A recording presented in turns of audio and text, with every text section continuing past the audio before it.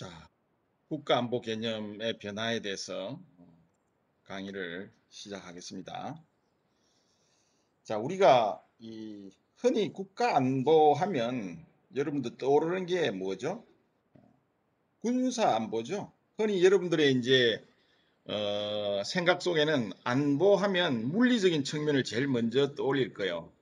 군사안보, 국방력, 군사력, 뭐 이런 문제가 제일 먼저 머릿속에 떠오르죠. 이게 이제 원래 이제 전통적인 안보의 개념이에요. 흔히 우리 일반인들의 인식 속에 이제 인식되어 있는 게 이제 바로 이 군사 안보죠. 우리가 뭐 절대 안보, 군사 안보 이렇게 이야기를 해요.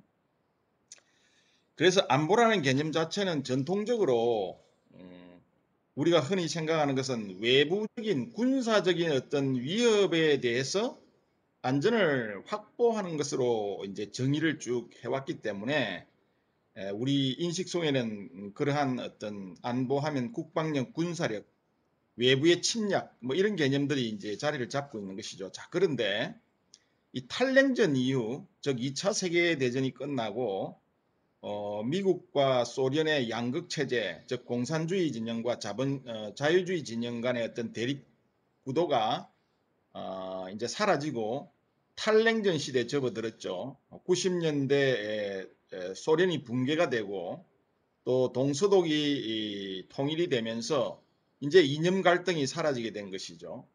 오늘날 한반도가 유일하게 냉전 구도 속에 있고 나머지 전 세계 국가는 이제는 탈냉전 시대, 소위 말해서 이제 이념으로 동서가 진영이 대립하는 이런 시대는 이제 막을 고했죠. 그 동서가 극심하게 대립했던 시기를 우리가 대략 2차 세계대전부터 90년대 초까지, 90년, 91년 뭐까지 약 한 40년 내지 50년 정도를 우리가 냉전 시대, 콜드 워 이렇게 이야기하죠. 자, 이 냉전 시대가 이제 종말을 고하고 안보의 개념에 급격한 변화가 생기기 시작했어요. 자, 그 다음에 또 한 가지 중요한 어떤 사건은 뭐냐 하면 이 세계화라는 현상이에요. 세계화. 과거처럼 이 전 세계가 서로 간에 먼 나라가 아니라는 것이죠. 하나의 어떤 그 공동체처럼 느껴지는 이 현상이 세계화죠. 그리고 여러분들 잘 아는 정보혁명이라는 게 일어났어요. 뭐죠? 인터넷의 발달, 네트워크의 발달 이런 거죠. 이런 정보혁명이 일어나면서 이 국제적인 상호 의존성이 굉장히 이제 증가되었다는 거죠. 과거에는 이제 이런 것들이 발달되기 전에는 멀리 있는 유럽의 국가는 먼 나라로 우리가 여기졌죠. 그런데 여러분들 지금은 유럽의 국가들이 멀게 느끼지 않잖아요, 결코. 굉장히 이웃과 같은 그런 나라가 되어버렸죠. 자, 이러한 어떤 현상들 때문에 과거에 이제 안보하면 군사적인 요소를 주로 떠올렸는데 지금은 이제 비군사적인 요소가 안보의 하나의 그 내용을 차지하게 되었다는 것이죠. 비군사적인 요소가. 물론 군사적인 요소가 없어졌다는 그런 말은 결코 아닙니다. 안보를 정의할 때 군사적인 요소는 예나 지금이나 여전히 가장 중요한 포션을 차지하고 있는 부분이에요. 그거는 뭐 두말할 나위가 없고요. 대신에 과거와는 달리 이제 앞에서 열거한 이런 어떤 시대적인 어떤 변화 때문에 비군사적인 요인이 안보의 중요한 영역으로 자리매김을 하게 되었다는 것이죠. 냉전기에는 이 국가 안보하면 외부의 위협으로부터 우리가 영토를 지키는 거예요. 그리고 이 영토를 지키기 위해서는 필수적으로 군사력을 운용하고 군사력을 사용하는 것을 포함을 했죠. 그래서 이러한 어떤 군사력의 바탕을 둔 해결책을 모색하는 것이 바로 이 냉전기의 어떤 안보의 중요한 활동이었죠. 그래서 이 국가 안보에 대한 여러 가지 이론이나 연구도 이러한 것에 초점을 맞춰서 이제 발전이 되어 왔고요. 이 군사적인 갈등을 이제 예방하고 또 이런 갈등이 발생하게 되면 어떻게 해결하고 하는 이 문제에 초점이 맞춰져 있었습니다. 자, 그런데 앞에서 설명한 대로 90년대 초에 이제 이 탈냉전 시대를 맞이하면서 이 국제 안보 환경에 급격하게 변화가 생겼다고 그랬죠. 그래서 이 국가가 추구하는 어떤 가치와 또 이 가치를 위협할 수 있는 주체가 다양해졌다는 것이죠.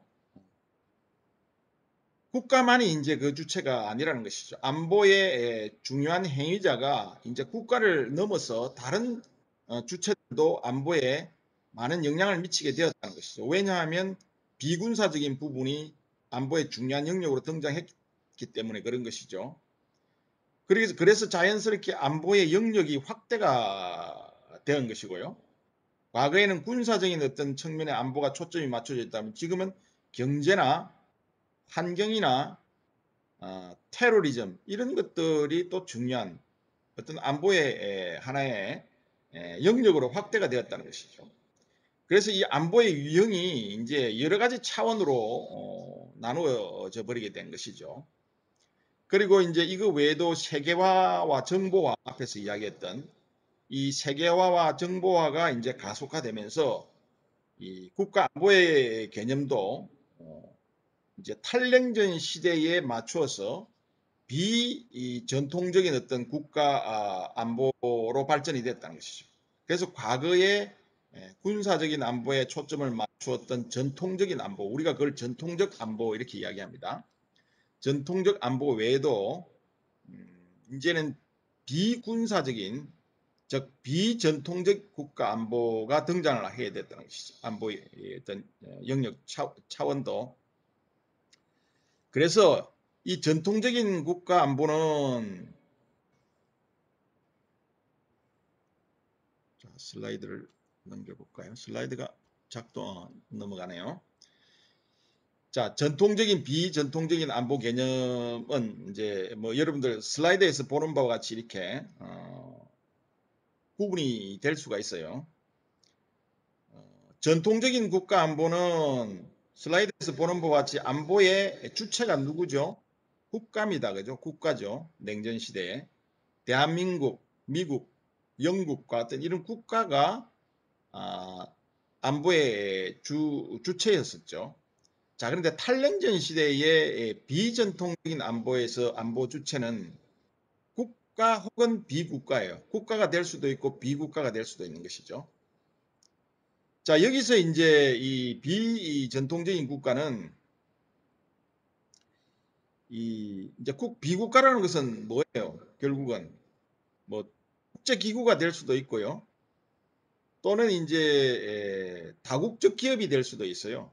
다국적 기업이 될 수도 있고 이제 우리가 나중에 경제 안보를 좀 이야기할 텐데 경제 안보에 있어서는 다국적 기업이 하나의 안보의 주체자가 될 수 있다는 것이죠. 그 다음에 이제 뭐 테러리즘도 하나의 테러리스트도 안보의 주체자가 될 수가 있고요.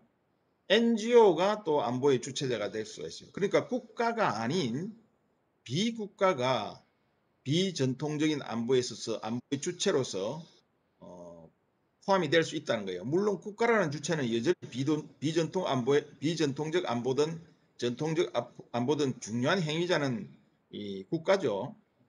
그런데 이제 비전통적 안보는 국가 외에 비국가라는 요소가 이제 등장했다는 것이죠. 그 다음에 안보의 영역 면에서도 전통적 안보에서는 앞에서 설명한 대로 군사 안보에 초점을 맞췄다 그러면 이 비전통적 안보에는 포괄적 안보, 우리가 comprehensive security라고 이야기하는데 이 포괄적 안보에 초점을 맞추고 있다는 거예요. 포괄적이라는 말은 여러분들 광범위하게 포괄하다 뭐 이런 의미지 않아요?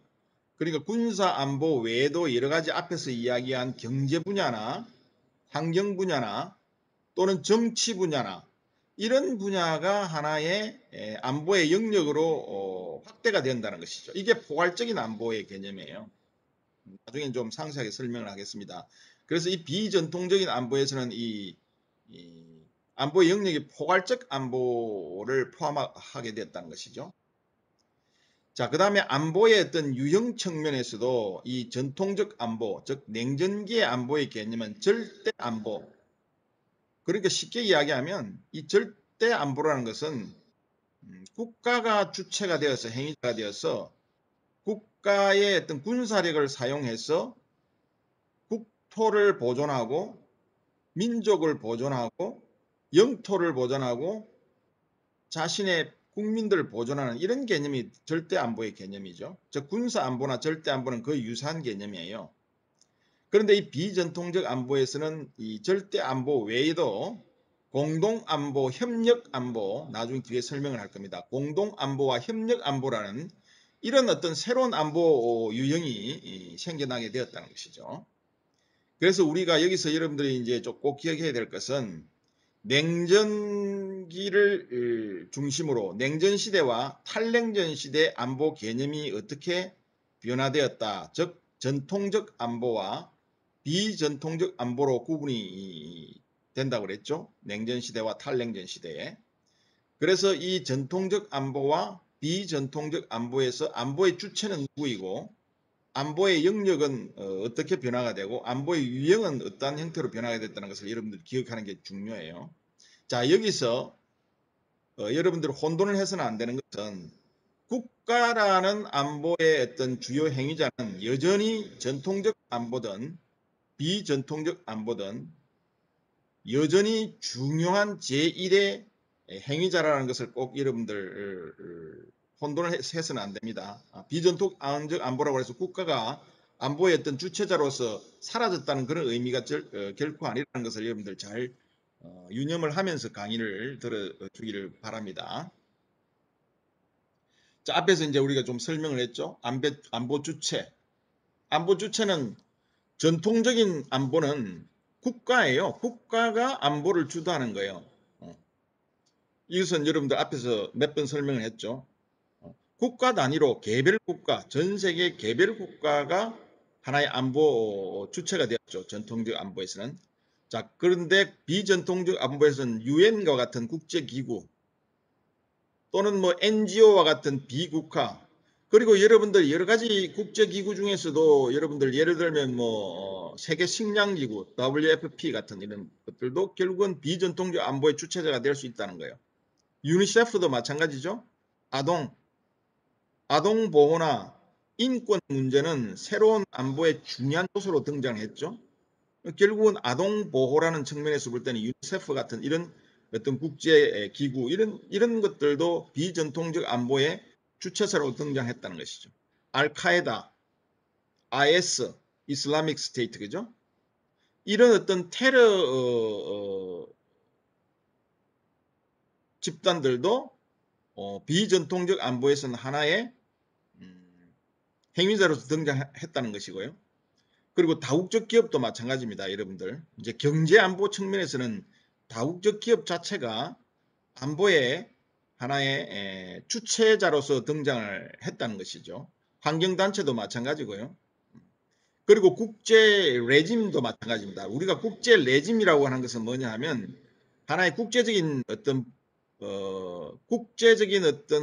행위를 규제하고 가버닝하기 위해서 필요한 하나의 규약이나 법을 이야기해요. 이걸 우리가 국제 리짐 이렇게 이야기를 하는데요. 이런 국제 리짐 자체도 하나의 안보의 주체가 될 수 있다는 것이죠.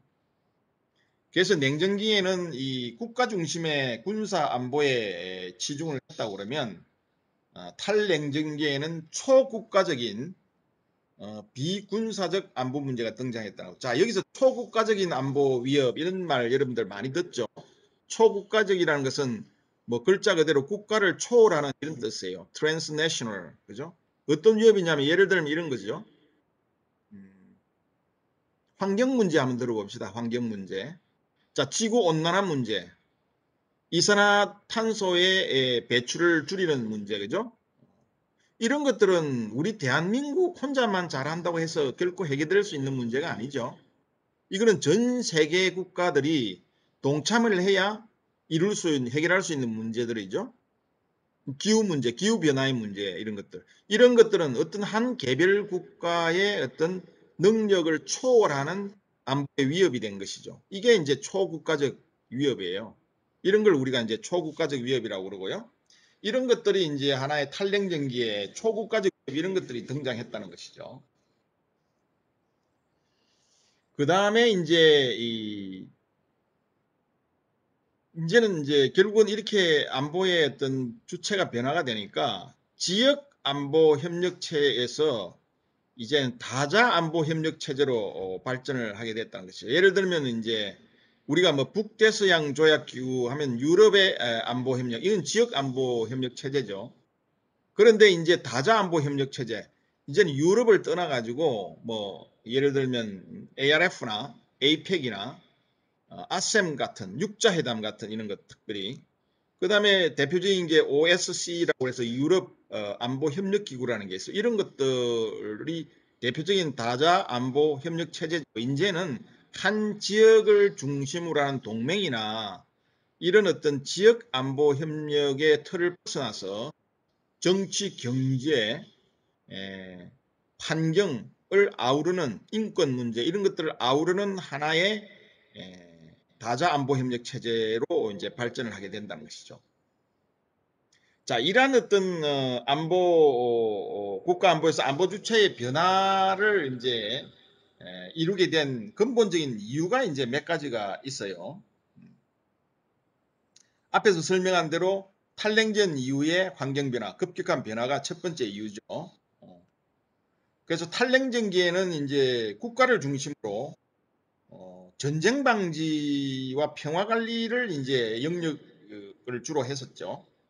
그런데 이제 지금은 이제 지구의 환경 문제라든지 금융 문제, 국제 금융 문제, IMF 여러분들 위기, 그 다음에 대표적인 게 오늘날의 코비드 19이에요. 그죠? 코로나. 이것은 상당한 지금 안보 위협으로 작동을 하고 있죠. 지금 전 세계가 이 코로나 때문에 지금 인도 같은 경우에는 지금 100만 이상의 지금 사망자가 생기고 있습니다. 굉장한 안보 위협이죠. 이런 것들은 어떤 환경 문제나 금융 위기의 문제, 그 다음에 이런 위생이나 건강의 문제, 보건의 문제, 이런 것들이 하나의 탈냉전 이후에 생겨난 안보 위협이죠. 그 다음에 테러리즘 마찬가지잖아요, 여러분들. 그 다음에 초국가적인 범죄의 문제 있죠. 마약, 무기, 밀매, 그 다음에 인신매매, 그죠? 이런 트래피킹 같은 이런 문제들 심각하죠. 이런 것들은 앞에서 이야기한 대로 어떤 한 국가가 해결할 수 없는 문제예요. 그래서 우리가 이거를 초국가적 위협 이렇게 이야기합니다. 여러분들 초국가적 위협이라는 개념을 잘 이제 이해를 할 수 있을 거라고 봅니다. 그래서 개별 국가 홀로 대응하기 힘든 어떤 범국가적이고 비군사적인 어떤 안보 문제, 이런 것들이 이제 초국가적인 문제들이에요. 초국가적인 어떤 안보죠. 이런 것들이 탈냉전 시대에 훨씬 더 중요한, 훨씬 더 위협적인 안보의 어떤 문제로 등장을 했다는 것이죠. 그러다 보니까 결국은 안보의 주체도 결국은 복합적이고 다양해질 수밖에 없죠. 이런 세상에서 지금 우리가 살고 있죠. 그래서 기존의 어떤 전통적인 안보에서는 군사 문제가 어떤 한 개별 국가의 중심으로 해결을 하려고 이렇게 모색을 했다면, 이 비전통적인 안보 혹은 포괄적인 안보, 앞에서 설명했죠. 비전통적인 안보나 포괄적인 안보, 뭐 같은 의미로 여러분들 보면 되죠. 자, 그래서 이런 것들은 결국은 안보의 주체가 개인 혹은 집단, 지역, 국제 수준으로 확대되어 갈 수밖에 없는 것이죠. 어떤 한 국가가 해결할 수가 없다는 것이죠. 그래서 이 국제 테러나 또는 대량 살상무기 확산과 같은 이런 초국가적인 어떤 위협의 등장은 결국 이런 것들은 개별 국가가 한 국가가 해결할 수 없는 문제들이죠. 그래서 이것은 여러 국제사회가 협조를 해야 되는 것이고, 국제사회뿐만 아니라 개인과 집단과 조직이 서로 협력을 하고 공동 대처를 해야 해결할 수 있는 문제라는 것이죠. 과거에는 뭐 나토나 이런 아세안과 같은 이런 어떤 지역 어떤 안보 협력 체제를 중심으로 이런 문제를 해결하려고 노력했다고 그러면, 지금은 이제 다자 안보 협력 체제로 G20, G20 정상회의 회담 같은 게 결국은 이런 것을 위해서 하는 것이죠. 우리가 아셈 회의를 뭐 한국에서 개최하고 세계 정상들이 모여서 정치 문제뿐만 아니라 이런 어떤 초국가적인 어떤 위협, 기후 변화의 문제, 이산화탄소 배출량을 줄이는 문제, 그 다음에 환경 문제, 기아의 문제, 질병의 문제, 그죠? 이런 것들은 지금 아프리카는 기아와 질병 문제가 심각하죠. 이것은 국가의 어떤 존망을 좌우하는 이런 심각한 어떤 하나의 안보 위협이죠. 이런 것들을 위해서 이제는 다자 안보 협력 체제로 이미 안보의 어떤 변화가 일어난다는 것이죠. 자, 그런데 이 이제 안보 주체가 확대되고 변화되는 배경에는 몇 가지가 있는데 앞에 설명한 대로 정보혁명하고 이 세계화의 진전입니다. 정보혁명과 세계화의 진전이죠. 이 정보혁명은 특히 왜 이런 안보 개념을 변화를 시켰냐 그러면 결국은 이 세계화를 즉 세계화라는 게 여러분들 뭐죠? 앞에서 설명한 대로 결국은 전 이제 우리 전 지구가 하나의 어떤 공동체의 개념을 가질 수밖에 없다는 게 세계화죠. 그래서 뭐 어떤 학자들은 이, 이 세계화에 대해서 굉장히 부정적인 어떤 견해를 표명하는 뭐 사라 학자들도 많고요. 그러나 여기서는 뭐 긍정과 부정을 떠나서 이 세계화의 현상이라는 것은 우리가 당면하고 있는 현실의 문제이죠. 그래서 탈냉전 이후에 이 세계화가 가속화가 되었고요. 또 이 세계화 가속화된 이 세계화와 더불어서 정보 분야에 대해서 아주 놀랄만한 어떤 발전이 이루어짐에 따라 이 정보 혁명에 따라서 또한 이 안보의 어떤 변화에 엄청난 어떤 하나의 변화를 가져온 하나의 배경이 되는 것이죠. 이 정보혁명이라는 것은 어떤 정보를 생산하고 이 정보를 또 이렇게 배포하고 사용해서 확대하면서 이걸 재생산하는 이런 하나의 과정에 대한 변혁, 이게 우리가 정보혁명이라고 흔히 이야기를 합니다. 우리 정보혁명은 크게 컴퓨터 성능이 굉장히 좋아졌죠. 그 다음에 네트워크가 엄청나게 발달되어 있죠. 이런 것을 우리가 정보혁명의 하나의 대표적인 사례로 우리가 꼽을 수가 있겠죠. 결국은 이 컴퓨터의 성능 향상과 또 네트워크의 발전을 토대로 정보 생산이나 또는 정보의 교환이나 또는 정보의 전파, 배포 이런 것들이 엄청나게 여러분들 시간이 단축이 되었죠. 여러분들 유럽이나 미국이나 아프리카에 일어나는 소식을 거의 실시간대로 여러분들 다 미디어를 통해서 뉴스를 통해서 유튜브를 통해서 다 여러분들 실시간대로 전달을 받을 수 있죠. 그리고 여러분들 문화나 이 사회의 어떤 변화도 여러분들 사실 구글에서 모든 것을 다 접할 수가 있죠. 이 세상의 유행과 트렌드를 실시간대에 다 여러분들 접할 수 있는 세상이 되었죠. 영화 여러분들 뭐 2시간짜리 영화 다운로드 받는데 뭐 얼마 안 걸리잖아요. 앞으로 5G, 6G 시대가 오면 뭐 10초 이내에 그 영화를 다운받을 수 있는 시대도 오겠죠. 2시간짜리 동영상. 이처럼 이 정보 혁명으로 인해 가지고 결국은 이 정보 혁명은 세계화를 이 상호 연계된 네트워크로 이게 변화를 시키면서 이 주권 국가들 간에 개별 국가들 간에 정치나 경제나 이 사회적인 거리를 완전히 좁혀놨던 것이죠. 옛날에는 어떤 교통수단을 통해서 현장을 방문해서 어떤 사실을 확인한다고 그러면 이제는 그럴 필요가 없는 것이죠. 이 네트워크를 통해서 이런 정치, 경제, 사회적인 거리가 완전히 좁혀졌고요. 이런 결론 때문에, 이런 결과 때문에 이 국제 정치의 이 행위자들은 물론이고 이 행위자들과 이 사건의 상호 의존성이 매우 높아졌다는 것이죠. 그리고 이 과학기술 차원의 정보혁명이 결국은 세계화를 촉진하게 됐죠. 세계화 뭐 또는 지구화, 세계 정치와 뭐 유사한 의미인데요. 어, 결국은 이 정보혁명이 세계화를 더욱더 앞당겨 버렸고요. 그래서 이제 이 세계는 하나의 지리적, 정치적, 문화적으로 어, 어, 형성되는 하나의 생활 공간이 되어버린 것이죠. 그리고 전 세계는 어떤 공동 운명체적인 성격을 띠게 되었다는 것이죠. 이게 이제 세계화의 흔히 이야기하는 우리가 세계화의 정의죠.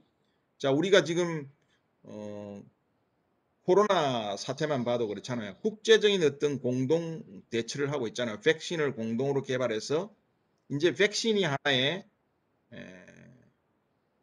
무기가 되는 뭐 이런 세상이 되어버렸죠. 그래서 백신을 전 세계가 공동으로 개발하는 노력을 하고 또 집단 면역을 형성해야 결국은 세계가 자유롭게 소통을 하고 또 교류를 하면서 정상적인 어떤 생활이 영위가 되는 이제 그런 어떤 환경에서 우리가 살고 있죠. 결국은 어느 한 국가만 이 문제를 해결한다고 해서 안보의 위협이 사라지는 게 아니죠. 전 세계가 면역이 형성이 되어야 집단 면역이 형성이 되어야 경제 교류나 인적 교류가 자유롭게 이루어질 수밖에 없는 구조이기 때문에 이제는 공동 운명체가 된 인류가 하나의 생활 공간 속에서 같이 더불어 살아가고 또 하나의 공동으로 운명이 결정되는 이런 공동 운명체적 성격을 띠고 있는 세계화의 어떤 현상 속에서 우리가 살 수밖에 없는 것이죠. 자, 그런데 이 정보혁명이 결국은 이제 발달하다 보니까 과거에는 정보를 독점한 세력이 권력을 가졌다 그러면 저 국제 어떤 체제를 유지했다 그러면 이제는 앞에서 이야기한 대로 이 정보를 독점할 수 있는 시대가 지내버렸죠. 그래서 개별 국가들, 즉 일개 패권 국가들의 어떤 통제력이 약화시키는 어떤 그런 결과가 왔죠. 자, 우리 지금 미얀마에서 민주화 지금 항쟁이 일어나고 있죠. 이런 것들은 전 세계가 지금 실시간대로 다 알고 있잖아요. 그러니까 결국은 미얀마 군부가 과거 같으면 사회 문을 닫고 이런 것들을 강력하게 통제해서 바로 진압을 할 수 있지만 지금은 그게 불가능하죠. 그죠? 물론 민중들의 저항도 굉장히 거세지만 이러한 민중들의 어떤 저항 자체가 국제사회에 널리 유포가 되고 실시간대에 확인이 됨으로 인해 가지고 결국은 이 정보혁명으로 인해 가지고 이런 것들이 거리가 좁아짐에 따라서 미얀마 군부의 어떤 통제력이 약화되는 이런 현상을 초래할 수밖에 없다는 것이죠. 그래서 있던 개별 국가들, 이 정보혁명으로 해서 개별 국가들의 어떤 국내 권력이 굉장히 약화되는 이런 현상이 일어났죠. 그래서 국가의 어떤 권력이 물론 긍정적인 측면에서 더 좋은 것도 많이 있을 수 있죠. 그러나 이제 우리 안보 측면에서 이야기하는 겁니다. 그래서 개별 국가들의 어떤 국내 권력이 광범위하게 분산되는 약화된다기보다는 권력이 분산되는 어떤 효과가 유발이 되고 있고요. 또 한편으로는 이제 정부의 권력을 잠식하는 결과를 가져올 수도 있는 것이죠. 정보혁명으로 인해 가지고. 자, 그런데 우리 이거 한번 생각해 봅시다.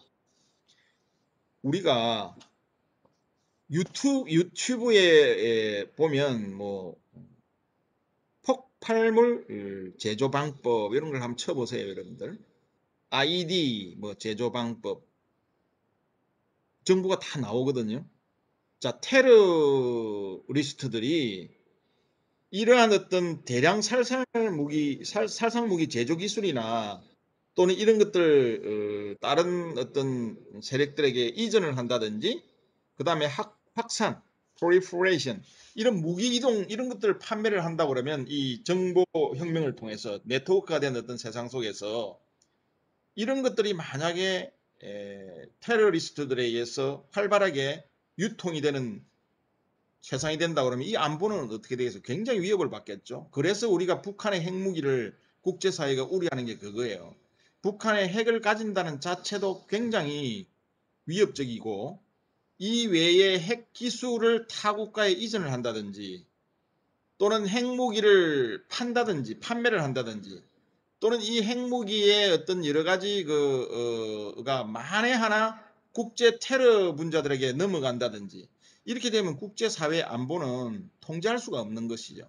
그래서 우리가 한반도의 비핵화를 미국이나 국제사회가 계속 주장하는 것이고 우리도 마찬가지죠. 우리도 한반도에서 핵을 가지지 않겠다는 이유가 바로 그런 것이죠. 그래서 북한도 핵을 포기하라고 계속 우리가 주장하는 이유가 바로 그거죠.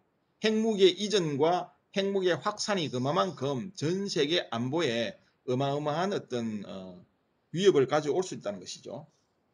그래서 이 정보화 현상과 이 세계화 현상은 이 전통적으로 안보의 위협을 이 개념을 완전히 바꿔놨죠. 군사적인 위협 외에 국제 테러나 대량 살상 무기 확산이나 마약 밀매, 또 국제 범죄 이런 증가를 정보혁명이 부정적인 어떤 결과를 초래했고요. 그래서 국가를 중심으로 이루어졌던 이 위협의 안보 위협의 주체도 이제는 국제 테러 조직과 범죄 조직과 같은 이런 비국가적 행위로까지 안보의 주체가 지금 변화를 겪고 있다는 것입니다. 지금까지 이제 안보 주체의 변화에 대해서 냉전기와 탈냉전 시대를 구분해서 우리가 전통적 안보와 비전통적 안보에 대해서 우리가 설명을 드렸고요. 그 다음에 이제 안보 영역에서도 이제 변화가 일어나죠. 자, 오늘은 휴식 없이 계속 진행을 하고 조금 일찍 강의를 마치도록 하겠습니다. 자, 안보 영역은 이것도 결국 탈냉전과 이 세계화의 어떤 급격한 변화 속에서 진전 속에서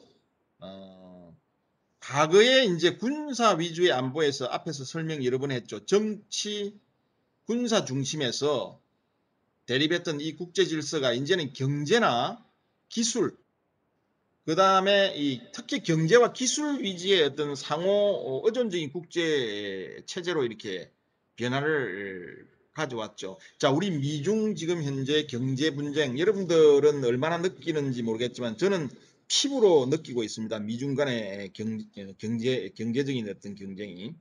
그래서 우리 지금 반도체 산업이라든지 지금 삼성의 반도체, SK 하이닉스의 반도체, 우리 메모리 반도체에서는 세계 1위입니다. 독보적인 어떤 우리가 세계 미국의 90% 이상의 메모리 반도체는 우리가 다 수출을 하죠.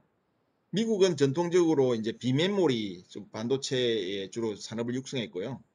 그 다음에 이제 TSMC라고 그래가지고 대만이 이제 비메모리 반도체 1위 국가예요. 우리는 이제 메모리 반도체 1위고요. 그래서 이제 삼성이 지금 선언을 했죠. 앞으로 10년 이내에 대만의 TSMC를 따라잡고 비메모리 반도체에서도 세계 1위로 발돋움하겠다고 아주 야심찬 계획을 세워놓고 있죠. 그런데 여기서 이제 이 반도체가 미국이 이제 견제를 하기 시작하죠. 그래서 우리 삼성의 공장을 미국에 지어라 하고 계속 압력을 넣고 있죠. 그래서 삼성에 이미 반도체 공장이 들어서 있고요. 그리고 앞으로도 반도체 공장을 거기에 많이 세우죠. 그런데 또 우리 국가 입장에서는 중국을 의식하지 않을 수가 없어요. 우리 중국에 대한 어떤 수출, 수입 의존도가 굉장히 높죠. 자, 그래서 미국이 요구대로 마냥 따라갈 수만 없는 것은 또 중국이라는 새로운 어떤 존재가 있기 때문에 결국은 중국 시장을 우리가 무시할 수 없기 때문에 미중 간의 갈등 속에서 경제 갈등 속에서 사실은 어떤 입장을 취하기가 굉장히 어렵죠. 우리 최근에 일어났던 사드 배치 문제, 사드 배치 문제 롯데 LG가 그 사드 부지를 제공하면서 중국에서 LG 다 문 닫고 철수했잖아요, 여러분들. 보복 경제 보복이죠. 이처럼 이 경제 문제가 미중 간의 어떤 경제 전쟁이 보이지 않는 이 경제 전쟁이 우리에게 굉장한 영향을 미치고 있죠. 그 다음에 2차 전지 배터리도 마찬가지입니다. 여러분들 앞으로 뭐 자율주행 시대에 전기차 시대, 수소차 시대가 이제 곧 도래할 텐데 이미 도래했죠. 전기차 시대는. 자, 이때의 배터리 중국이 자국의 배터리 회사 2차 전지죠. 자동차용 배터리를 말하는 겁니다. 2차 전지에 엄청난 어떤 중국이 자국 회사에 경제 지원을 해주면서 우리 국내에 진출해 있던 미국에 진출해 있던 이런 LG화학이나 또는 뭐 삼성 SDI 같은 이런 2차 전지 업체들이 굉장히 어려움을 겪고 있죠. 자, 이런 어떤 경제적인 어떤 전쟁이, 보이지 않는 경제 전쟁이 이미 우리에게는 현실이 되었다는 것이죠. 그래서 앞으로의 지금의 세상은 경제 기술 위주의 상호 의존적인 어떤 국제 질서로 이미 재편이 되었다는 것이죠. 과거의 어떤 냉전 시대의 정치 군사 중심의 어떤 국제 질서의 구도 속에서 이제는 경제 기술 위주로 상호 의존적인 국제 질서로 변화되었죠. 자, 그래서 우리가 미국이 지금 중국의 하웨이의 제품을 못 쓰도록 전 세계에 지금 압력을 넣고 있잖아요. 그래서 우리도 마찬가지고 유럽도 마찬가지고 많은 국가들이 하웨이의 어떤 제품을 못 쓰죠. 그리고 하웨이가 완전히 고립이 되어 있죠. 이것들은 뭐냐면 보이지 않는 전쟁이에요, 사실은. 그래서 이러한 어떤 이제 과거의 어떤 전통적인 안보 영역이 이제는 보다 더 경제, 기술, 환경 이런 문제 쪽으로 안보가 영역이 확대되어 가고 있다는 것이죠. 이게 이제 우리가 포괄적인 안보 이렇게 이야기해요. 슬라이드에 나오죠. 이 comprehensive security. 포괄적인 개념의 어떤 안보의 등장이죠. 그래서 안보가 범위가 굉장히 넓어졌다는 거예요. 그래서 안보 문제의 광역화 현상 이렇게 이야기합니다. 그래서 이 안보 문제의 광역화 현상은 이제는 우리가 더 이상 거부할 수 없는 대세로 이미 굳어져 버렸죠. 그래서 이제 이러한 광범위한 어떤 쟁점들을 우리가 어떻게 절충을 하고 관리를 해야 할 것인가가 바로 우리가 안고 있는 당면 과제이고 우리가 풀어야 될 해법들이지, 우리가 풀어 나가야 될 문제들이죠. 그래서 이러한 어떤 포괄적 안보의 개념에 대해서 군사 안보로부터 여러 가지 안보 영역에 대해서 좀 설명을 하도록 하겠습니다. 군사 안보는 이미 뭐 설명을 많이 했기 때문에 여러분 충분히 이해할 겁니다. 슬라이드에 나오는 내용만 보고 충분히 이해를 할 것이고요. 세 번째 항목에 보면 정치적 현실주의 세계관을 반영한다라는 말이 나와 있죠. 군사안보에. 앞에 두 개는 이미 내가 설명을 했기 때문에 더 이상 설명이 필요 없을 것 같고요. 정치적 현실주의 세계관을 반영했다는 말은 무슨 의미냐면 우리가 국제정치를 논의할 때 크게 두 개의 패러다임이 있어요. 짧게 이야기하면 현실주의와 자유주의라는 어떤 패러다임이 있습니다. 이것은 뭐 우리가 국제정치뿐만 아니라 모든 어떤 현상들을 논의할 때 현실주의와 자유주의라는 두 개의 거대한 패러다임이 존재를 하죠. 자, 이 현실주의라는 것은 뭐냐 하면 나중에 우리가 현실주의와 자유주의에서는 별도로 1시간 정도 강의를 할 텐데 우선 간단하게 이야기하면 이거예요. 자, 인간은 본성이 악하다 이렇게 생각을 하는 거예요. 현실주의자들은.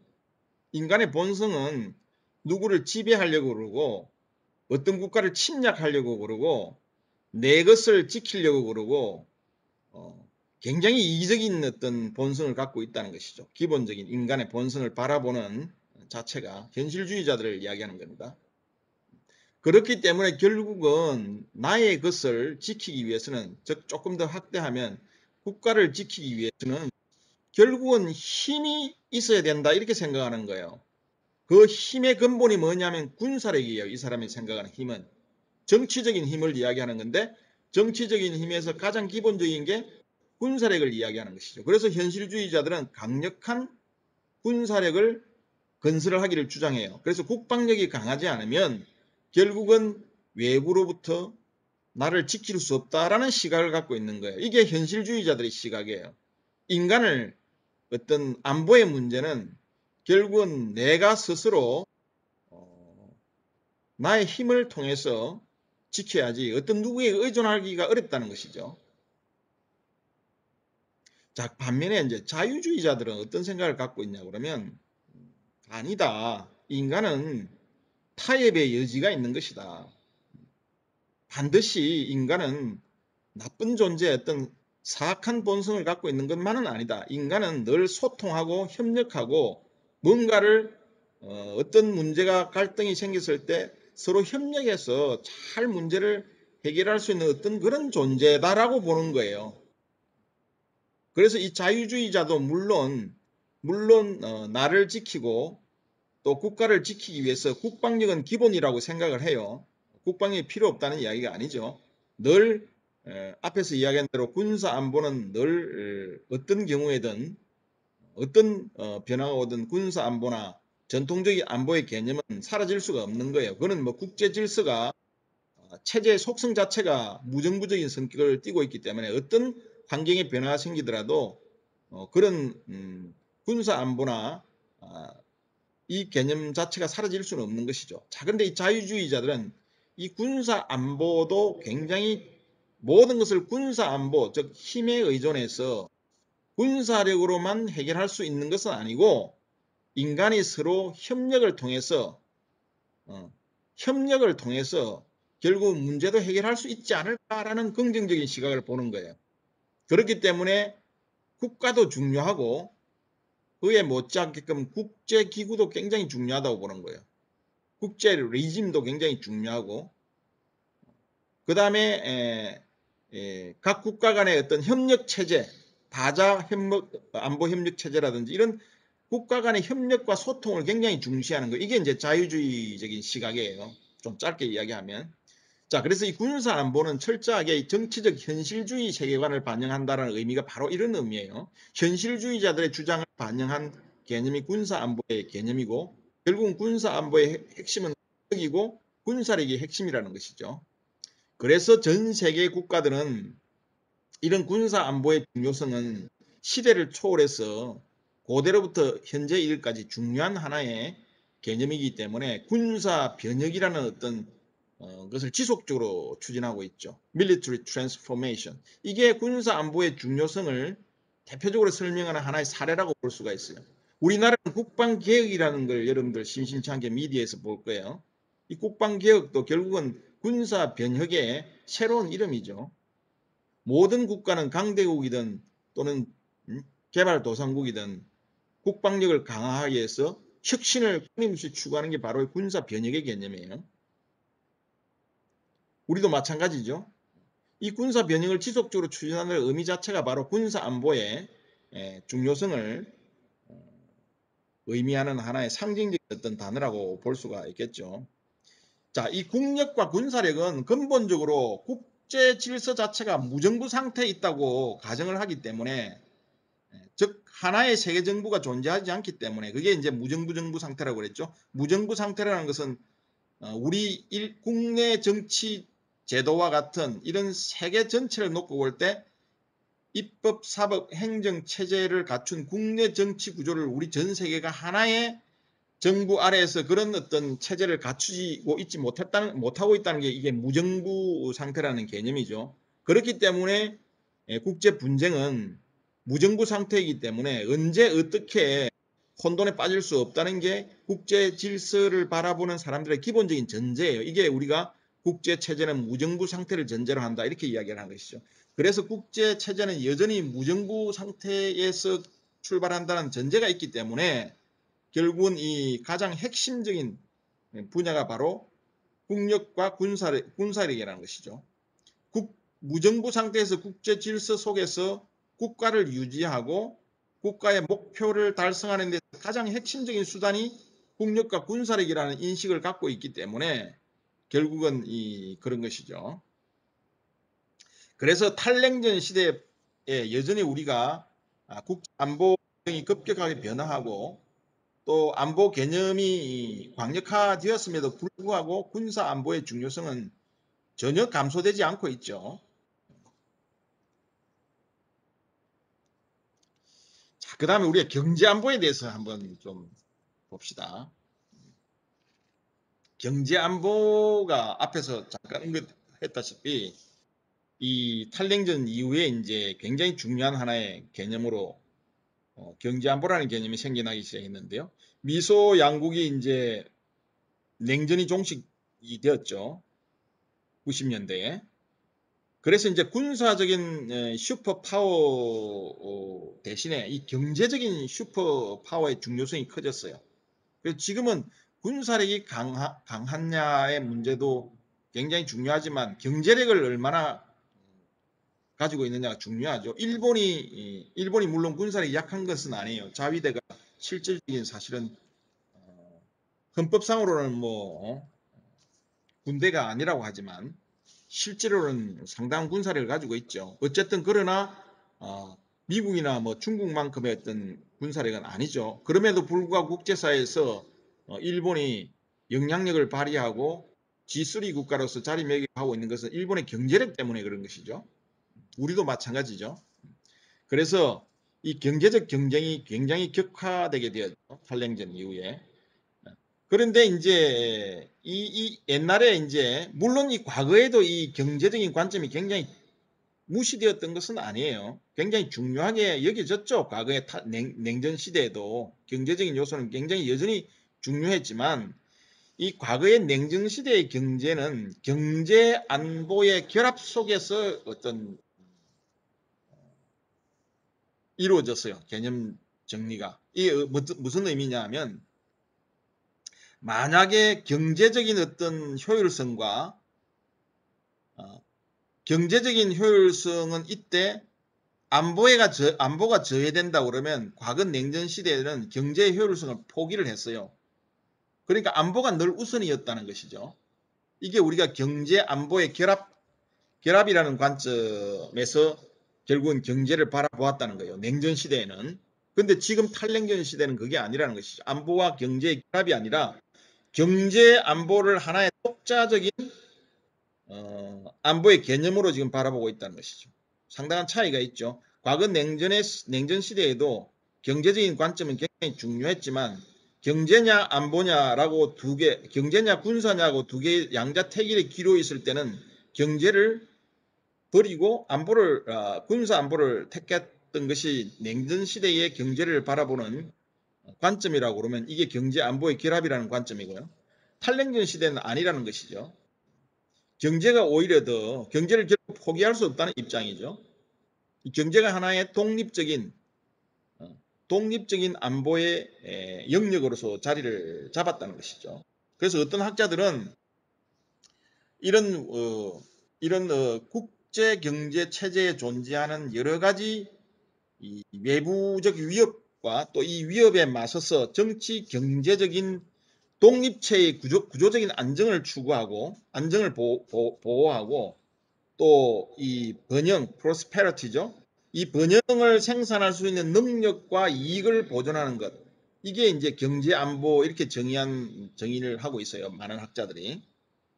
그래서 예를 들면 쉽게 이야기하면 이 수출을 우리가 잘 해야 수출 위주의 국가들은 수출 지향적인 국가들은 안정적인 어떤 경제 활동을 할 수 있겠죠. 그러면 결국은 수출을 하는 데 있어서 여러 가지 안보에 위협이 있다고 하면 심각한 상황을 우리가 맞이하게 되는 것이고요. 그 다음에 수입을 하는 데 있어도 마찬가지죠. 우리가 자원을 어디에서 수입을 해서 그것을 재가공을 해서 수출품을 만들어서 수출한다고 그러면 이 자원, 수입품이 공급이 원활하게 되지 않으면 상당히 국가 안보의 위협을 받게 되겠죠. 그래서 이 경제 안보에 여러 가지 이제 세부적인 목표가 있는데 첫 번째가 이 공급 안보예요. 공급 안보. supply security라고 그래서 공급 안보. 이 공급 안보는 어떤 개념이냐면 주로 수입과 관련이 되는 건데요. 외부로부터의 어떤 자원 공급 사슬을 보호하는 거예요. 이게 중요하다는 것이죠. 자, 예를 들면 우리 중국이 아프리카에 굉장히 공을 많이 들이고 있어요. 아프리카에 무상 원조도 많이 해주고요. 도로도 많이 건설해주고요. 그 다음에 지부티라는 이런 조그마한 나라에는 군사 기지도 건설해주면서 거기서 중국 군들이 군사력을 거기에서 유지도 하고요. 미국도 마찬가지죠. 미국도 거기에 군사 기지를 건설하고 있고요. 서로 맞은편에 서로 마주 보고 있어요. 자, 중국이 아프리카에 또는 동남아시아에 왜 그렇게 공을 들이느냐? 결국은 뭐냐면 이 공급 사슬 때문에 그런 거예요. 아프리카의 많은 자원들을 원활하게 확보를 해야 중국이 경제적으로 안정을 찾고 수출도 하고 경제적인 어떤 패권을 질 수 있다는 계산이죠. 이런 것들은 경제 안보에 있어서 어떤 공급 안보와 직결되어 있는 것이죠. 그래서 아프리카에 돈독한 어떤 관계를 유지하기 위해서 외교 활동을 적극적으로 벌이는 이유가 바로 그거죠. 자, 두 번째는 뭐냐 하면 경제 안보의 중요한 요소는 시장 접근성 안보예요. Market Access Security. 자, 이게 뭐냐면 우리가 어떤 물건을 만들어내서 수출을 하거나 수입을 하거나 하기 위해서는 이 자유시장 경제 체제가 원활하게 가동이 되어야 되겠죠. 그래서 이 자기가 수출을 하고자 하는 시장의 접근성이 제한이 된다 그러면 심각한 어떤 위협을 받게 된다는 것이죠. 그래서 시장에 대한 가장 좋은 접근성을 보호하고 확보하는 것이죠. 최근에 우리 중동 지역에서 어떤 큰 사건이 생겼죠, 그죠?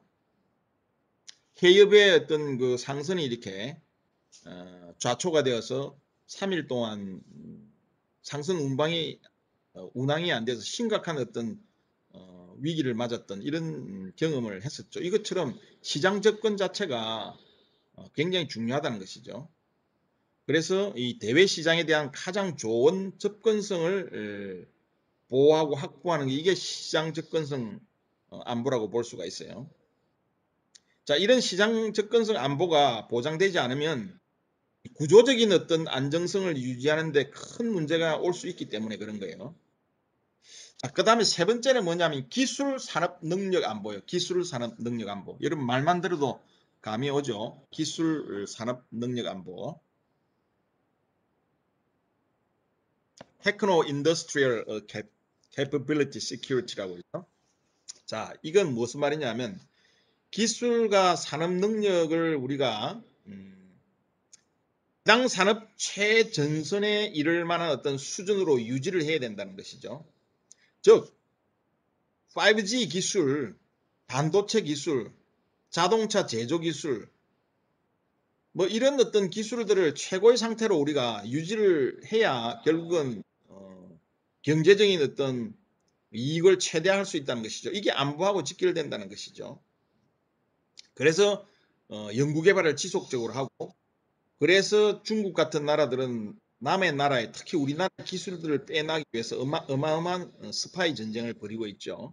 우리 기업에 10년, 20년 걸려서 만든 여러 가지 제조 기술들을 사실 중국이 엄청나게 빼가고 있죠. 해킹을 통해서 또는 산업 스파이를 통해서. 그리고 연봉 4배, 5배를 주면서 우리 연구자들을 전부 다 돈으로 다 고액 연봉을 제시하면서 데려가는 이런 인력의 심각한 유출 현상 이런 것들은 결국은 뭐냐면 기술 산업 능력 안보를 강화하기 위한 노력이라고 볼 수가 있죠. 이 최첨단 기술 수준이 바로 앞으로 우리 향후 안보를 좌우하는 핵심적인 어떤 요소가 될 수밖에 없기 때문에 그런 것이죠. 그래서 자국의 어떤 전략 산업이나 또는 자국의 어떤 유치 산업 이런 것을 육성하는 것 이것이 바로 기술 산업 능력 안보라고 볼 수가 있어요. 그 다음에 네 번째가 뭐냐면 굉장히 중요하죠. 금융 신용 안보예요. 금융 신용 안보, Finance Credit Security. 금융이라는 게 굉장히 중요하죠. 여러분들. 국제 시장에서 존재하는 이 자원에 대한 이게 금융이고 신용이죠. 이런 영향력을 확보하고 통제권을 확보하고 또 지불 능력 우리가 달러 외환 위기가 우리가 달러가 기축 통화잖아요. 우리가 기축 통화 전 세계 통화 단위가 달러이기 때문에 이 달러를 우리가 정 확보하고 있지 못하면 지불 능력이 이제 없다는 것이죠. 그러면 우리 산업이 금융이 마비가 일어나죠. 이게 우리가 IMF 사태였어요. 이때 어마어마한 실업자가 생겼고 우리 경제가 회복 불능 상태로 들었지만 우리 국민들이 지혜로 잘 극복을 했죠. 우리는 역사적인 이런 경험을 이미 한 바가 있어요. 이런 것들이 다 금융 신용 안보예요. 외환 보유고를 그래서 적절히 확보해야 되고요. 국제 신용 시장에서 우리가 신뢰를 잃으면 안 되죠. 그래야 IBRD나 IMF에서 우리가 여러 가지 자원도 재원도 돈도 우리가 빌릴 수 있는 것이고요. 국제적인 신용을 잃게 되면 우리가 금융 활동을 할 수가 없는 것이죠. 그러면 우리 경제에 마비가 오는 것이죠. 이게 바로 금융 신용 안보예요. 그 다음에 이제 마지막으로 횡단 국경적 협력 안보, Trans-border Security, 횡단 국경적 협력 안보인데요. 이 횡단 국경적 협력 안보는 금융 신용 안보와 밀접하게 이제 관련이 되어 있습니다. 자, 예를 들면 이런 겁니다. 우리 정권 투자자들의 활동이 이제 대표적인 것이죠. 국제 정권 투자자. 여러분들 뭐 요즘 정권 주식 투자 많이 하죠. 요즘 뭐 젊은이들, 직장인들 뭐 80% 이상이 정권 투자를, 주식 투자를 하죠. 주식 투자를 하지 않으면 사실 뭐 살아가지 못할 정도의 어떤 우리가 열악한 어떤 환경 속에서 살고 있죠, 사실은. 그래서 요즘 뭐 주린이 해가지고 젊은 세대들이 엄청나게 주식 시장에 많이 지금 유입이 됐죠. 그래서 이 금융 신용 안보를 확보하기 쉽지 않은 것도 이 뭐냐면 이 한 나라의 노력으로 있던 초국가적인 금융 투자자들을 통제할 수가 없다는 것이죠. 자, 우리 주식 시장에서 주가를 흔들어 놓고 주가를 좌지우지하는 자금들이 어떤 자금이냐면 외국인 투자 자본들이에요. 이 외국인 투자 자본들은 어떤 단기 자본도 굉장히 많아요. 쉽게 이야기하면 단기적으로 주식 매매를 통해서 차익 거래를 남기고 바로 또 주식을 팔아치우는, 그래서 금융시장을 교란하고 많은 일반 투자자들이 손해를 입히는 이런 이 국제 단기 투자자들이 굉장히 많아요. 메릴 린치 같은 게 대표적인 어떤 금융 초국가적인 금융 투자자 메릴 린치 같은 유명하죠. 그리고 주식 투자자 사이에서는 이런 초국가적인 금융 투자자들의 어떤 움직임이 굉장히 중요해요.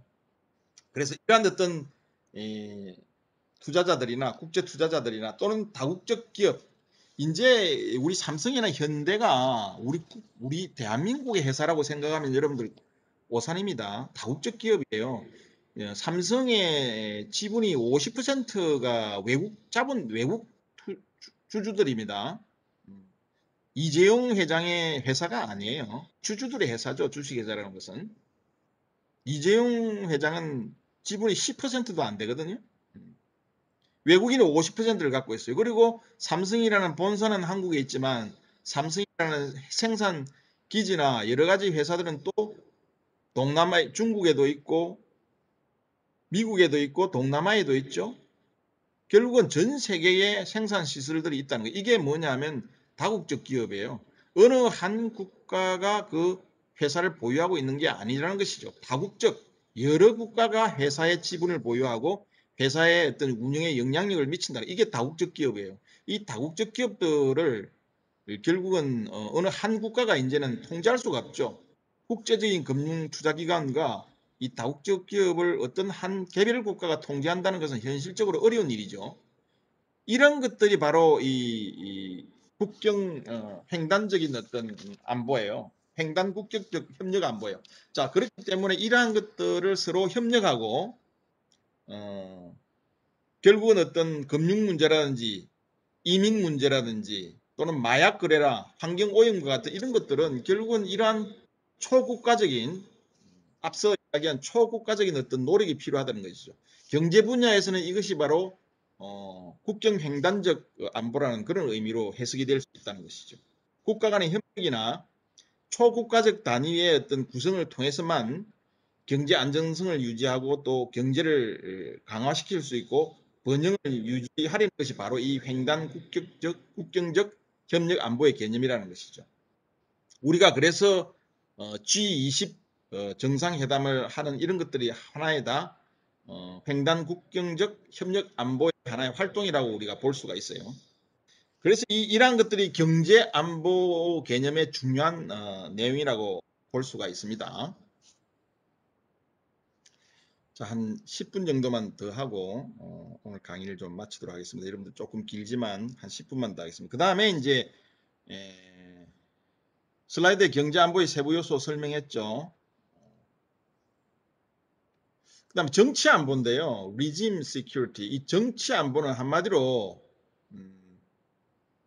어떤 정치 엘리트가, 국가의 통치 엘리트가 이 통치에 대한 어떤 도전을 받을 수 있잖아요. 폭력적인 도전을 받을 수 있죠. 지금 예를 들어서 뭐 미얀마의 군부 쿠데타 같은 것들이에요. 개발도상국가의 군부 쿠데타, 우리 과거 역사도 마찬가지고 정통성을 가진 어떤 정부를 전복하려는 세력이 언제든지 있을 수 있죠. 후진국일수록 그런 게 심하죠. 자, 그래서 이러한 어떤 한 국가의 통치 엘리트가 이 통치권을 안정시키는 어떤 하나의 그런 안보, 이게 정치 안보예요. 근데 이 정치 안보라는 것은 뭐 미국이도 정치 안보가 중요하죠. 선진국도 마찬가지고 개발도상국, 후진국도 마찬가지고 이 정치 안보가 위협을 당하면 결국은 국내 정치 체제가 불안해지면 여러 가지 안보의 위협을 가져올 수 있다는 것이죠. 자, 그런데 이러한 어떤 정치 안보의 개념이 이런 것인데 이런 정치 안보 현상이 그럼 왜 발생하느냐는 것이죠. 선진국은 이런 정치 안보의 문제가 덜 심각하겠죠. 왜냐하면 정치, 사회, 경제 구조 자체가 굉장히 발전되어 있기 때문에 사회 질서가 확립되어 있기 때문에 이 정치 안보가 불안하지 않은 거예요. 그런데 후진국은 이 정치 안보의 문제가 심각하죠. 지금 우리 아프리카의 콩고 민주공화국 같은 경우에는 상당히 뭐 정치 안보가 심각해서 지금 나라 전체가 지금 내전 상태에 빠져 있는 거잖아요. 이처럼 이 후진국에서는 이 정치 안보의 문제가 굉장히 중요한데요. 그럼 왜 이 정치 안보의 위협 현상이 발생하느냐 하면 일반적으로 이 약소 국가들의 통치 엘리트들은 자기의 권력을 유지하기 위해서 매우 이제 취약한 어떤 그런 기반을 가지고 있죠. 그렇기 때문에 이것을 자기 통치권을 강화하기 위해서 굉장한 어떤 노력을 기울이면서 결국은 독재적인 어떤 현상으로 흐르는 경우가 굉장히 많죠. 자기 통치권 확보를 위해서 결국은 뭐냐면 안보를 강화시키는 거예요. 안보라는 어떤 거를 하나의 자기 통치권 강화의 수단으로 삼는다는 것이죠. 그래서 군사력을 강화시키고 국방력을 강화시켜서 결국은 국민들을 하나의 안보 자체를 하나의 자기 통치 기반을 강화하기 위한 하나의 수단으로 삼는다는 것이죠. 그런데 이러한 것들이 어떤 문제를 유발시키냐면 결국은 안보를 강화하기 위해서 결국은 자기 통치권을 강화하기 위해서 안보를 강화하다 보니까 안보가 오히려 더 취약해지는 거예요. 자, A라는 국가가 국방력을 강화하면 인접국인 B 국가는 어떻게 했어요? 위협을 느끼게 되겠죠? 그러면 당연히 또 국방력을 강화하겠죠. 이런 것들이 군비 경쟁이 일어나는 이유가 이런 것들이에요. 자, 이와 유사한 걸로 이 통치 엘리트가 자기의 권력을 강화하기 위해서 안보를 강화하면 강할수록 오히려 안보는 더 취약해지는 것이죠. 국민을 자기의 어떤 통치권, 정치 안보를 확보하기 위해서 국민을 누르면 누를수록 국민의 저항은 더 거세지는 것이죠. 이게 우리가 흔히 이야기하는 안보 불안의 딜레마 이렇게 이야기합니다. 안보 불안의 딜레마. 두 번째 나오죠. 불릴 때. 안보 불안의 딜레마예요. 안보 불안의 딜레마는 흔히 우리가 비안보 딜레마라고도 이야기하는데요. 이 통치 엘리트가 자기가 통치권을 강화하기 위해서 국가 통치를 위해 노력하면 할수록 그 사회에 있는 힘 있는 다른 도전 세력들로부터 더 심한 어떤 권위의 도전을 받을 가능성이 더 높아진다는 것이죠. 그러니까 자기 통치권을 강화해서 어떤 행위를 하면 할수록 통치권이 덤덤 불안해지는 이런 현상이 생기는 거예요. 이게 우리가 딜레마 현상이라고 그러잖아요. 자기가 어떤 것을 강화하기 위해서 노력을 할 때 그것이 오히려 취약해지는 현상을 우리가 딜레마 이렇게 이야기해요. 국방 딜레마, 뭐 안보 딜레마 또는 동맹 딜레마, 나중에 이야기하는 동맹의 딜레마 이런 현상들이 다 그런 거예요. 그래서 이 안보 불안의 딜레마를 결국은 겪게 되는 것이죠. 그래서 대부분 이 약소 국가들은 내부적으로 어떤 제도적 붕괴나 또는 뭐 질서가 이렇게 무너진다든지 또는 어떤 시민들의 폭동 또는 뭐 지방 어떤 군벌들이나 이 범죄 조직과 같은 이 권력이 있는 힘이 있는 이 개인들 그리고 군사적인 어떤 요소에 의해서 위협을 늘 받고 있죠. 그래서 결국은 뭐냐 하면 내전으로 치닫게 되는 것이죠. 내부적으로는. 그리고 또 바깥에 외부적으로는 국제적으로 힘 있는 어떤 강대국들이 개입이 잦아지고요. 또 주변국과 이 소규모 이 무기 거래로부터 영향을 받게 되죠. 이런 여파로 인해서 또 위협을 느끼게 된다는 것이죠. 이런 내용들이 정치 안보의 내용들이에요. 정치 안보 그러면 여러분 국가 통치권을 확보하기 위해서 안보의 노력을 경주하는 것 이게 우리가 정치 안보의 개념이다. 이렇게 여러분들 이해를 하면 되겠습니다. 자, 다음은 환경 안보. 여러분들 환경 안보는 이미 많은 설명을 했죠. 생태계 변화. 우리 지구가 지금 몸살을 앓고 있죠. 여러 가지 과학 기술의 발전으로 해가지고 생태계가 급격하게 파괴되고 있고요. 그 다음에 물 부족 사태라든지 기후 온난화로 인해 가지고 자원이 고갈되고 물이 부족하고 여러 가지 전염병이 그 다음에 미세먼지, 초미세먼지 이런 것들이 다 이산화탄소의 급격한 증가 때문에 대기 중에 있는 이산화탄소의 증가 때문에 그런 것이죠. 그래서 자원 수급의 실패라든지 질병, 코비드-19 같은 질병 이런 환경적인 위협들이 안보에 굉장한 우리 인간의 어떤 굉장히 중요한 위협 요소로 등장했다는 것이죠. 자, 이런 것들을 우리가 이런 환경으로부터 우리 국가 이익과 가치를 보호해야 한다는 게 환경안보의 개념이에요. 자, 이 환경안보는 때로는 무력 분쟁을 야기하기도 합니다. 자, 아프리카 지역에 예를 들어서 물 부족으로 인해서 여러 가지 국가들 간의 분쟁이 일어나죠. 이런 것들은 무력 분쟁의 하나의 근원이 바로 환경 문제라는 것이죠. 그래서 이 환경 문제는 이 국가 안보에 직접적인 위협으로 대두를 하고 있는 것입니다. 그리고 기아와 질병의 문제 있죠. 환경으로 인해 가지고 기후가 변화가 되면서 생태계가 파괴되면서 농산물의 생산이 급격하게 줄고 결국 이러한 것들은 뭐죠? 기아를 유발시키고 질병을 유발시키죠. 근본적으로 인간의 어떤 생명을 위협하는 것이죠. 인간 안보를 위협하고 있다는 것이죠. 인간 안보는 인간의 근본적인 어떤 생존 자체를 위협하는 것을 우리가 인간 안보를 위협한다고 볼 수가 있는 것이죠. 그래서 이러한 개념은 바로 환경 안보의 개념이다. 이렇게 여러분들 이해를 하면 될 것 같고요.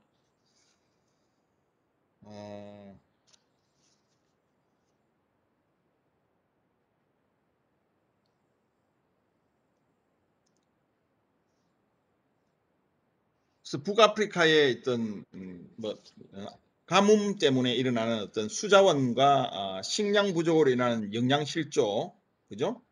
그 다음에 기아로 인해서 사상들이 발생하는 사스 문제 있잖아요. 사스 증후군.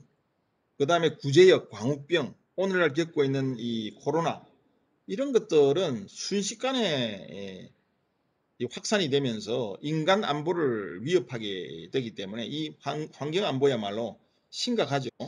그래서 이 환경 안보는 범위도 굉장히 넓고 좀 개념 자체도 모호하지만 인류가 지금 직접적으로 직면하고 있는 큰 위협으로 지금 대두됐고요. 과거에는 이런 환경 안보를 굉장히 무시하는 경향이 있었지만 더 이상 우리가 이것을 무시할 수가 없죠. 자, 이처럼 탈냉전 이후에 안보라는 개념 자체가 정치 군사 부분뿐만 아니라 이제는 경제, 환경, 그 다음에 정치 이런 쪽으로 안보의 영역이 확대되고 광역화되어 가고 있다는 것이죠. 자, 오늘 강의는 이 정도 마치고요. 다음 시간에는 그럼 이 안보 유형의 어떤 변화에 대해서 계속 강의를 이어가도록 하겠습니다. 자, 수고했습니다.